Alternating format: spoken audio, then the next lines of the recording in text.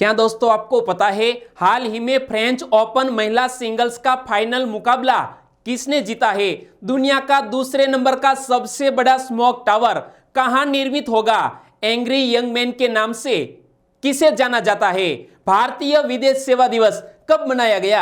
ऐसे ही 13 बड़ी खबरों को कवर करते हुए हमने आज का बोले तो 12 अक्टूबर का करंट अफेयर का वीडियो तैयार किया है। यह वीडियो लास्ट तक देखे। लास्ट में मैं आपसे एक क्वेश्चन पूछूंगा जिसका आंसर आपको नीचे कमेंट बॉक्स में देना है। और दोस्तों हमारी इस GK 2020 चैनल को आपने एक साल तक के लिए फॉलो कर लिया तो आपका जो सोचने का तरीका है वो बिल्कुल ही बदल जाएगा और आपके आने वाले एग्जामिनेशन में करंट अफेयर का एक सिंगल क्वेश्चन भी गलत नहीं हो सकता, यह हमारा वादा है। तो चलिए स्टार्ट करते हैं पहले क्वेश्चन से। ग्रामीण क्षेत्रों में मकान मालिकों को मकान के अधिकार का रिकॉर्ड उपलब्ध कराने हेतु शुरू की गई योजना का नाम क्या है? दोस्तों पंचायती राज के दिवस के अवसर पर इसकी घोषणा की गई थी, लेकिन हाल ही में इस योजना की शुरुआत की गई है। वीडियो कॉन्फ्रेंसिंग के जरिए हमारे प्रधानमंत्री ने इस योजना की शुरुआत की और इस योजना का नाम है स्वामित्व योजना। क्या? स्वामित्व योजना। और यहां देख पढ़ सकते हैं स्वामित्व योजना और भूमि रिकॉर्ड का डिजिटलीकरण, ग्रामीण क्षेत्रों का सशक्तिकरण करने हेतु इसको लॉन्च किया गया है। तो एक और क्वेश्चन बन सकता है, स्वामित्व योजना का वीडियो कॉन्फ्रेंसिंग के माध्यम से शुभारंभ किसने किया? हमारे भारत देश के 14वें प्रधानमंत्री नरेंद्र भाई मोदी जी ने। और इस योजना का उद्देश्य क्या है? ग्रामीण क्षेत्रों में मकान मालिकों को मकान के अधिकार का रिकॉर्ड उपलब्ध कराना और संपत्ति कार्ड जारी करना, यानी कि संपत्ति कार्ड भी जारी किया जाएगा। और स्वामित्व योजना कितने वर्ष की अवधि में समूचे देश में चरणबद्ध रूप से लागू की जाएगी? 4 वर्ष में। कितने? 4 वर्ष में हमारे पूरे भारत देश में चरणबद्ध तरीके से इसे लागू किया जाएगा। और इसकी बात पंचायती राज के दिवस पर की थी। तो पंचायती राज दिवस कब मनाया जाता है? यदि आपको याद है तो नीचे कमेंट सेक्शन में लिख सकते हैं। और इस योजना के अंतर्गत लगभग 6,62,000 गांवों में संपत्ति कार्ड जारी किए जाएंगे।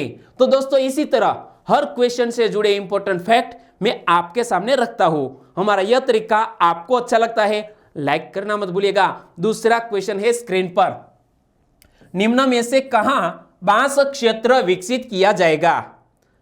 कहां पर बांस क्षेत्र विकसित किया जाएगा? जम्मू में, कटारा में, सांबा। यानी कि हमारा सही आंसर है उपरयुक्त सभी स्थानों पर बांस क्षेत्र विकसित किए जाएंगे, इसलिए ऑप्शन डी सही है। और यह बात किसने की है? तो हमारे यह जितेंद्र सिंह ने। जितेंद्र सिंह किस मंत्रालय के मंत्री है वो भी बताता हूं। तो देखो, केंद्र सरकार देश भर में बांस के विशेष क्षेत्र तैयार करेगी जिसकी शुरुआत जम्मू कश्मीर से होगी। कहां से? जम्मू कश्मीर से। और पूर्वोत्तर क्षेत्र विकास मंत्री डॉक्टर जितेंद्र सिंह ने बताया है कि जम्मू, कटारा और सांबा में 3 बांस क्षेत्र विकसित किए जाएंगे। और यहां पर पढ़िए, जम्मू कश्मीर में 3 बांस क्लस्टर होंगे स्थापित और मिलेगा 25,000 लोगों को रोजगार। तो यह बहुत ही बड़ी बात है। तकरीबन 25,000 लोगों को यहां रोजगार के अवसर प्रदान होंगे। तो देखो, बांस क्षेत्र से क्या फायदा होगा? बांस की मदद से टोकरियां, अगरबत्ती और चारकोल तैयार होगा और इससे लगभग 25,000 लोगों के लिए प्रत्यक्ष रोजगार के अवसर पैदा होंगे। चलिए आगे बात करते हैं तीसरे क्वेश्चन की।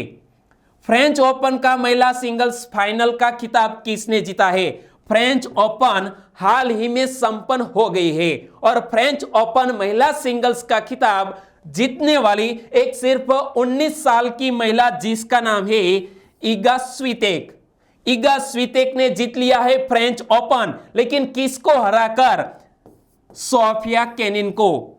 अमेरिका की सोफिया केनिन को हराकर इगा स्वितेक ने यह खिताब अपने नाम किया है और पहली बार इस टाइटल पर पहुंची है यह खूबसूरत टेनिस प्लेयर। नाम मत भूलिएगा, नाम है इगा स्वितेक। तो देखो, 19 साल की इगा स्वितेक 2005 के बाद से फ्रेंच ओपन जीतने वाली सबसे युवा खिलाड़ी है। उनसे पहले स्पेन के राफेल नडाल ने 19 साल ही उम्र में यह खिताब अपने नाम किया था, यानी कि जीत लिया था। और यह इगा स्वितेक, तो इसके बारे में और भी क्वेश्चन बन सकते हैं। सिंपल से क्वेश्चन है कि इगा स्वितेक ने किस देश की युवा महिला टेनिस खिलाड़ी है? पोलैंड देश की है यह खिलाड़ी। और इगा स्वितेक ने फाइनल में किसको मात दी है? ऑस्ट्रेलियन ओपन विजेता ऐसी अमेरिकी सोफिया केनिन को हराकर उन्होंने फाइनल खिताब जीत लिया है। चौथा question, reserve bank of India ने वर्ष 2020-21 के दौरान देश की इकोनॉमी में कितने प्रतिशत की गिरावट होने का अनुमान लगाया है? हमारी रिजर्व बैंक ऑफ इंडिया ने 2020-21 में हमारी इकोनॉमी है वो नेगेटिव 9.5% रहेगी, इस तरह का अनुमान जताया है। इसीलिए सही आंसर है ऑप्शन सी 9.5%। तो देखो, शुक्रवार को मौद्रिक नीति की समीक्षा करते हुए हमारे आरबीआई के गवर्नर डॉक्टर शक्तिकांत दास ने वर्ष 2020-21 के दौरान देश की इकोनॉमी में 9.5% की गिरावट होने का अनुमान लगाया है। और अप्रैल 2021 से शुरू होने वाले वित्त वर्ष में 10.1% की आर्थिक विकास दर की बात कही है। यानी कि आने वाले साल में यदि कोविड-19 पर हमने काबू पा लिया तो हमारी जो आर्थिक विकास दर है वो 10.1% से आगे बढ़ेगी। इसी तरह का भी अनुमान लगाया है आरबीआई ने। और जब भी बात करते हैं आरबीआई की, तो रिजर्व बैंक ऑफ इंडिया की स्थापना कब हुई थी? 1 अप्रैल 1935 को। और रिजर्व बैंक ऑफ इंडिया अधिनियम 1934 के तहत आरबीआई की स्थापना हुई। और हमारे यह शक्तिकांत दास आरबीआई के 25वें गवर्नर हैं। ओके, पांचवा क्वेश्चन, एंग्री यंग मैन के नाम से कौन मशहूर है? दोस्तों, हमारे भारत देश में जिसे हम सदी का महानायक कहते हैं, ऐसे बॉलीवुड अभिनेता जिसे हम एंग्री यंग मैन के नाम से जानते हैं, इस अभिनेता का नाम है अमिताभ बच्चन। और अमिताभ बच्चन का हाल ही में जन्म दिवस मनाया गया और समूचे फिल्म प्रेमियों ने अमिताभ बच्चन जी को जन्म दिवस की शुभकामनाएं भी दी। और वो 77 साल के हो गए हैं। तो देखो, सन 1942 एक ऐसा साल है जब 11 अक्टूबर को, कब? 11 अक्टूबर को प्रयागराज की धरती पर सदी के महानायक अमिताभ बच्चन का जन्म हुआ था। यानी कि 11 अक्टूबर अमिताभ बच्चन साहब का जन्म दिवस। और कब हुआ था? 1942 में, भारत छोड़ो आंदोलन। अमिताभ बच्चन को सर्वश्रेष्ठ अभिनेता के रूप में 4 बार राष्ट्रीय फिल्म पुरस्कार और 15 बार फिल्म फेयर अवार्ड मिल चुका है। और उनके हमारे भारत सरकार के सम्मान की बात करें तो 1984 में पद्मश्री से नवाजा गया, 2001 में पद्म भूषण और 2015 में पद्म विभूषण से हमारे बच्चन साहब को सम्मानित किया गया भारत सरकार की ओर से। और यहां पर पढ़िए, द एंग्री यंग मैन किसे कहते हैं? अमिताभ बच्चन को। और अमिताभ बच्चन साहब के कुछ उपनाम भी हैं, सदी के महानायक, बॉलीवुड के शहंशाह, एंग्री यंग मैन, जो अमिताभ बच्चन के उपनाम। और वे 77 साल के हो गए हैं और वो 78 साल में प्रवेश कर लिया है। अमिताभ बच्चन को उनके जन्म के समय चंद दिनों के लिए एक नाम मिला था। उनके माता पिता ने अमिताभ बच्चन को कुछ दिनों के लिए यह नाम दिया था, बहुत ही कम लोगों को पता है, इंकलाब राय। क्या? इंकलाब राय। और बाद में अमिताभ बच्चन कर दिया। छठा क्वेश्चन, दुनिया का दूसरा सबसे बड़ा स्मोक टावर कहां लगेगा? दोस्तों, इमेज में देख सकते हैं, दुनिया का दूसरा सबसे बड़ा स्मोक टावर कहां लगेगा? नई दिल्ली में। प्रदूषण को कम करने के लिए यह दुनिया का दूसरा सबसे बड़ा स्मोक टावर लगाया जाएगा। कहां पर? दिल्ली में, हमारी कैपिटल में। लेकिन दिल्ली में कहां पर, वो भी हमें पता होना चाहिए। तो देखो, प्रदूषण से निपटने के लिए दुनिया का दूसरा सबसे बड़ा स्मोक टावर दिल्ली के कनॉट प्लेस में लगेगा। कहां पर? दिल्ली के कनॉट प्लेस में। लेकिन यह दूसरा टावर है, क्योंकि इनसे पहले हमारे केंद्र सरकार ने दिल्ली में एक स्मोक टावर ऐसा लगाया था। क्यों? दिल्ली में प्रदूषण कम करने के लिए। और 10 महीने में तैयार हो जाएगा यह स्मोक टावर कहां पर? कनॉट प्लेस में। लेकिन लागत कितनी होगी?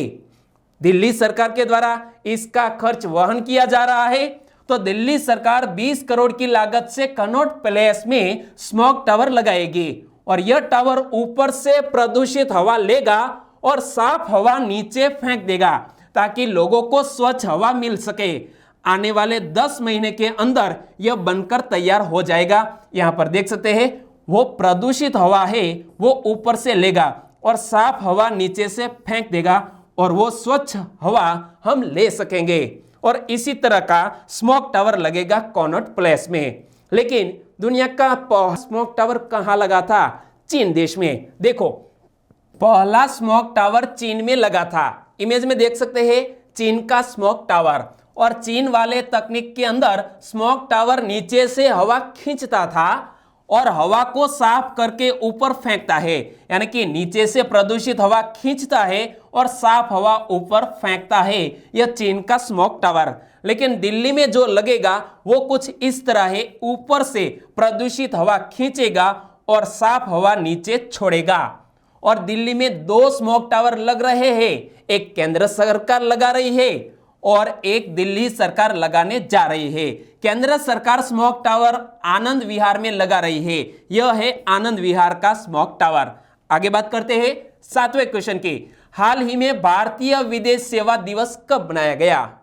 इंडियन फॉरेन सर्विस, जिसकी शुरुआत के कारण यह दिवस मनाया जाता है। भारतीय विदेश सेवा दिवस प्रति वर्ष मनाया जाता है 9 अक्टूबर को, यानी कि हमारा सही आंसर है 9 अक्टूबर। क्यों मनाया जाता है यह इंडियन फॉरेन सर्विस डे? कब मनाया जाता है? 9 अक्टूबर को। तो देखो, भारतीय विदेश सेवा दिवस 9 अक्टूबर, क्योंकि आईएफएस की स्थापना 9 अक्टूबर 1946 को हुई थी और वर्ष 2011 से इस दिन को आईएफएस दिवस के रूप में मनाया जाता है। कब से मनाया जाता है? 2011 से। और हमारे पहले विदेश सचिव हुआ करते थे ऐसे एस जयशंकर, वो हमारे हैं एक्सटर्नल अफेयर्स मिनिस्टर। राष्ट्र की सेवा करने और विश्व स्तर पर राष्ट्रीय हितों को आगे बढ़ाने में आईएफएस अधिकारियों ने सराहनीय काम किए हैं और वंदे भारत मिशन के दौरान उनके प्रयासों और कोविड-19 महामारी से जुड़े हमारे नागरिकों और अन्य देशों को पहुंचाई गई मदद काबिले तारीफ थी। और हमारे प्रधानमंत्री जी ने इन सभी आईएफएस अफसरों का शुक्रिया किया, यानी कि धन्यवाद भी दिया। 8वां क्वेश्चन, साल में विश्व प्रवासी पक्षी दिवस कितनी बार मनाया जाता है? साल में 2 बार। कितनी बार? 2 बार विश्व प्रवासी पक्षी दिवस मनाया जाता है। एक मई के दूसरे शनिवार को और दूसरा अक्टूबर के दूसरे शनिवार को, यानी कि मई और अक्टूबर के दूसरे शनिवार को विश्व प्रवासी पक्षी दिवस मनाया जाता है। और इस साल 2020 में 9 मई को दूसरा शनिवार था और 10 अक्टूबर को भी दूसरा शनिवार था, यानी कि एक साल में 2 बार मनाया जाता है विश्व प्रवासी पक्षी दिवस।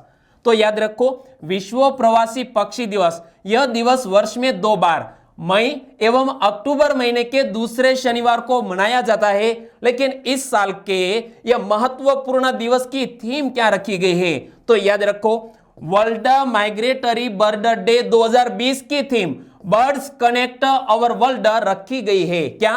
बर्ड्स कनेक्ट अवर वर्ल्ड। और विश्व भर में संकटग्रस्त श्रेणी के प्रवासी पक्षियों के संरक्षण हेतु जागरूकता अभियानों द्वारा विलुप्त होने से रोकने के लिए विश्व प्रवासी दिवस प्रति वर्ष मनाया जाता है। और इस वर्ष 9 मई को विश्व भर में विश्व प्रवासी पक्षी दिवस यानी कि वर्ल्ड माइग्रेटरी बर्ड डे मनाया गया 9 मई को। और इस वर्ष विश्व प्रवासी पक्षी दिवस की थीम क्या है? तो फिर से याद कर लेते हैं, पक्षी हमारी दुनिया को जोड़ते हैं, यानी कि बर्ड्स कनेक्ट अवर वर्ल्ड, जो इस साल की थीम। और पहली बार विश्व प्रवासी पक्षी दिवस कब मनाया गया था? वर्ष 2006 में पहली बार मनाया गया था। 9वां क्वेश्चन, हाल ही में भारतीय नौसेना द्वारा आयोजित तटीय सुरक्षा अभ्यास का नाम क्या था? भारतीय नौसेना द्वारा आयोजित तटीय सुरक्षा अभ्यास जिसका नाम था सागर कवच। क्या? सागर कवच, यानी कि हमारा सही आंसर है ऑप्शन सी, सागर कवच। एक तटीय सुरक्षा नौसेना अभ्यास आयोजित किया गया।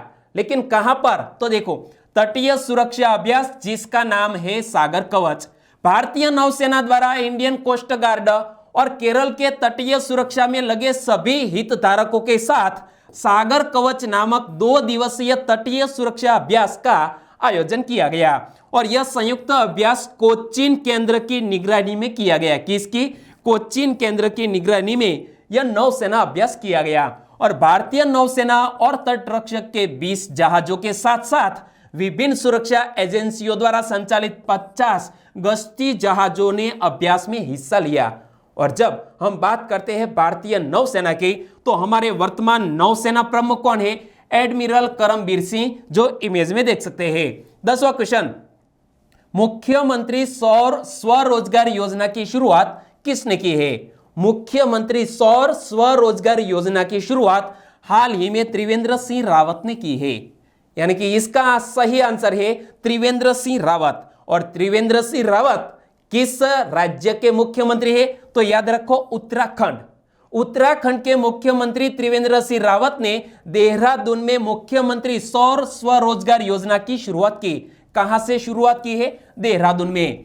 और यह योजना युवाओं के स्वरोजगार को बढ़ावा देने के साथ साथ हरित ऊर्जा के उत्पादन को भी बढ़ावा देगी। यानी कि हरित ऊर्जा प्राप्त हो सकेगी, प्रदूषण कम होगा।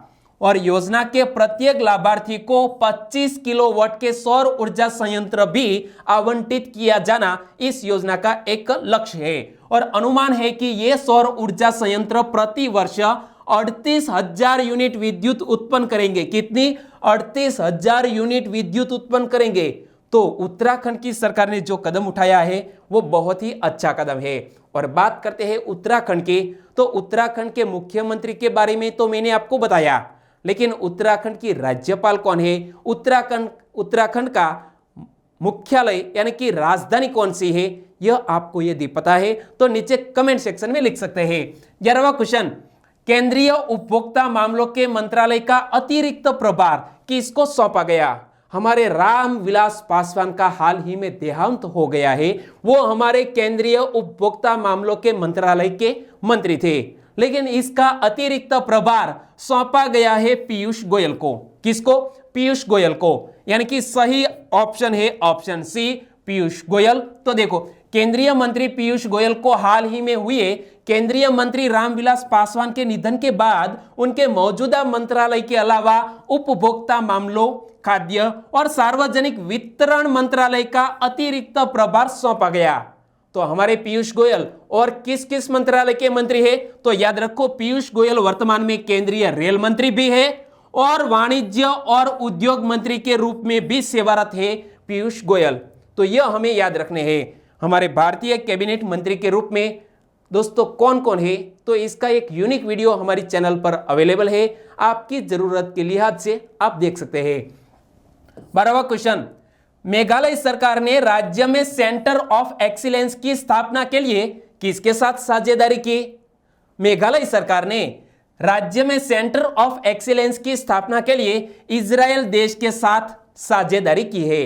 यानी कि सही आंसर है इजराइल देश। और यहां आप इस बैनर को पढ़िए, Meghalaya partnering with Israel for centre of excellence. और बात करते हैं इस समझौते की, तो मेघालय सरकार ने राज्य के किसानों की आजीविका को बेहतर बनाने और उन्हें बढ़ावा देने के लिए राज्य की उच्च मूल्य वाली सब्जियों के लिए अपनी तरह के पहले उत्कृष्टता केंद्र यानी कि सेंटर ऑफ एक्सीलेंस को स्थापित करने के लिए इजराइल देश के साथ साझेदारी की है। और बात करते हैं मेघालय और इजराइल की, तो मेघालय के वर्तमान मुख्यमंत्री कौन है? कॉनराड संगमा। और मेघालय के राज्यपाल है सत्यपाल मलिक, और वो गोवा के राज्यपाल थे लेकिन अब बन गए हैं मेघालय के राज्यपाल। और मेघालय की कैपिटल का नाम है शिलोंग। और इजराइल की बात करें तो इजराइल की कैपिटल का नाम है यरूशलेम। और इजराइल की करेंसी है इजरायली नई शेकेल।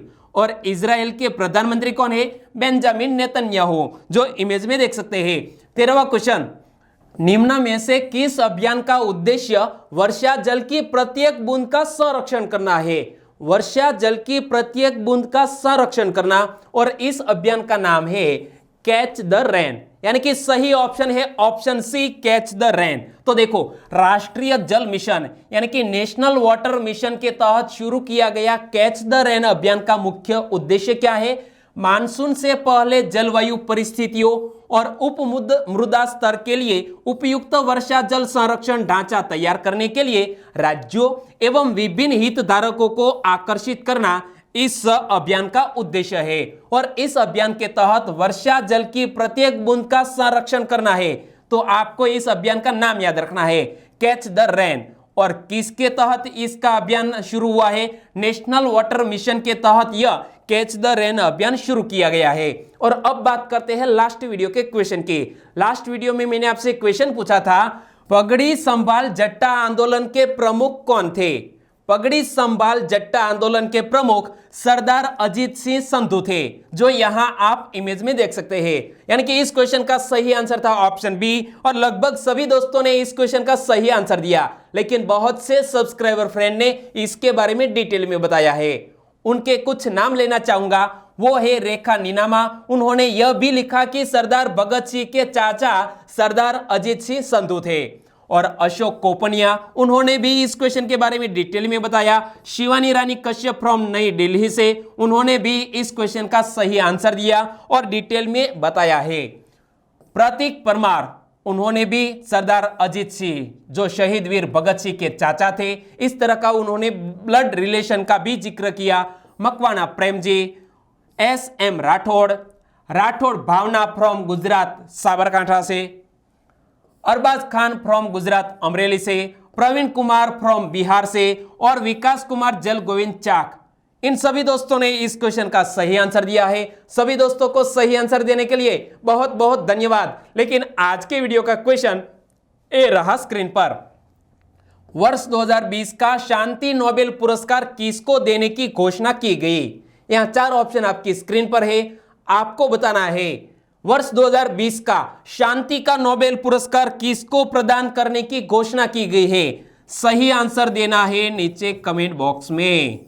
दोस्तों आंसर देना मत भूलिएगा। और वीडियो वाकई में अच्छा लगा है, हेल्पफुल लगा है तो एक लाइक कीजिए और आपके दोस्त भी इस वीडियो का लुत्फ उठा सके। और इसलिए आपको एक छोटी सी हेल्प करनी है, फेसबुक, व्हाट्सएप या टेलीग्राम के जरिए इस वीडियो की लिंक आपके दोस्तों को शेयर करना मत भूलिएगा। फिर मिलेंगे नए करंट अफेयर वीडियो के साथ, तब तक के लिए टेक केयर एंड जय हिंद।